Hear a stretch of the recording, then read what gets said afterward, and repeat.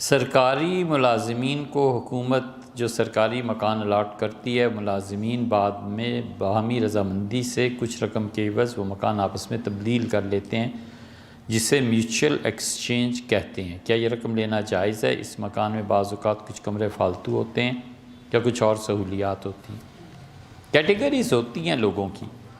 ایک تو اس نے اس گھر میں اپنا مال کچھ خرچ کیا ہے، وہ مال لے سکتا ہے۔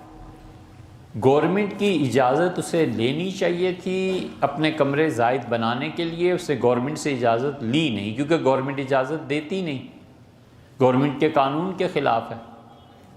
تو بہت سی چیزیں ایسی جو گورنمنٹ کے قانون کے خلاف ہوتی ہیں، لیکن انسان کے بنیادی حقوق جہاں پامال ہو رہے ہوتے ہیں وہاں گورنمنٹ کو خود توجہ کرنی چاہیے، گورنمنٹ کو خود سوچنا چاہیے کہ لوگوں کا کیا بنے گا۔ اگر وہ نہیں سوچتے تو دنیا بھر میں اور شریعت نے یہ اصول ہے کہ جب بھی کسی جائز کام کے راستے تنگ کیے جائیں گے، ناجائز دروازے خود کھلیں گے۔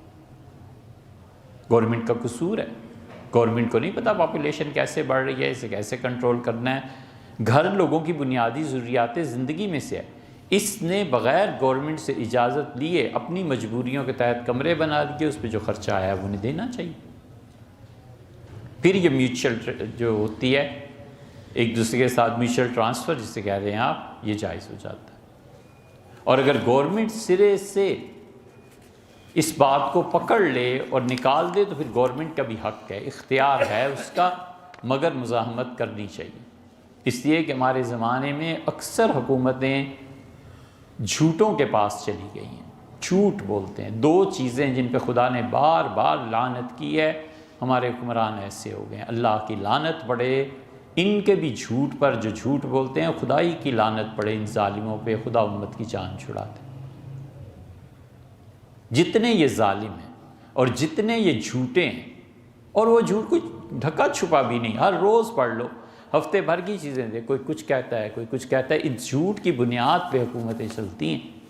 کوئی ٹھکانہ رہ گیا ہے، کوئی چیز رہ گئی ہے کہ سدیس امام حرم وہ کھڑے ہو کے دھڑلے سے بیت اللہ میں کھڑے ہو کے جھوٹ بولیں، کوئی حد ہے؟ یہ ریکارڈڈ ہسٹری ہے ساری۔ اگلے جب سنتے اور دیکھتے ہیں تو مذاق اڑاتے ہیں کہ تم امام کعبہ کی بات کرتے ہو، اس جیسے جھوٹا کون ہے؟